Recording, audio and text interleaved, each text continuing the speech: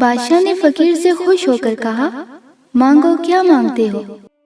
فقیر نے کہا، حضور بس میرا پیالہ بھر دیجئے، مجھے اور کچھ نہیں چاہیے۔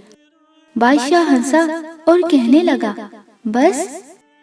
پھر اس نے سارے پہنے ہوئے جواہرات اس میں ڈال دیے، مگر پیالہ نہیں بھرا۔ بادشاہ حیران ہوا، مگر یہ اس کی عزت کا معاملہ تھا۔ اس نے وزیروں کو حکم دیا۔ وہاں موجود وزیروں نے بھی اپنے جواہرات اتار کر ڈال دیے، مگر پیالہ خالی کا خالی رہا۔